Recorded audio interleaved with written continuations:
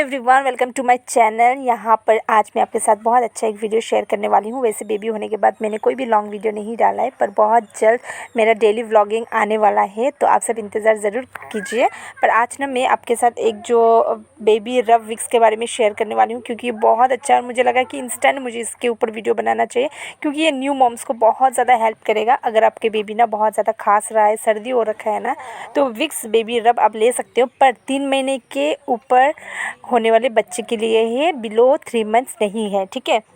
तो इसमें ना एलोवेरा कोकोनट ऑयल होता है, रोज़मेरी होता है, बहुत अच्छा होता है। ये आपको ना 117 रुपीज़ में ऑनलाइन ऑफलाइन में भी मिल जाएगा। ये आप अपने बच्चे के अगर छाती और पीठ में अगर लगा के सुलाते हो ना, बहुत देर तक आराम मिलती है और बहुत जल्द जो खांसी जुकाम जो हो रखा है वो चला जाता है और बच्चे को बहुत ज़्यादा कम्फर्ट फील होता है। आशा करूँगी ये छोटा सा वीडियो आप सबको पसंद आया लाइक करके ज़रूर जाना। Bye bye.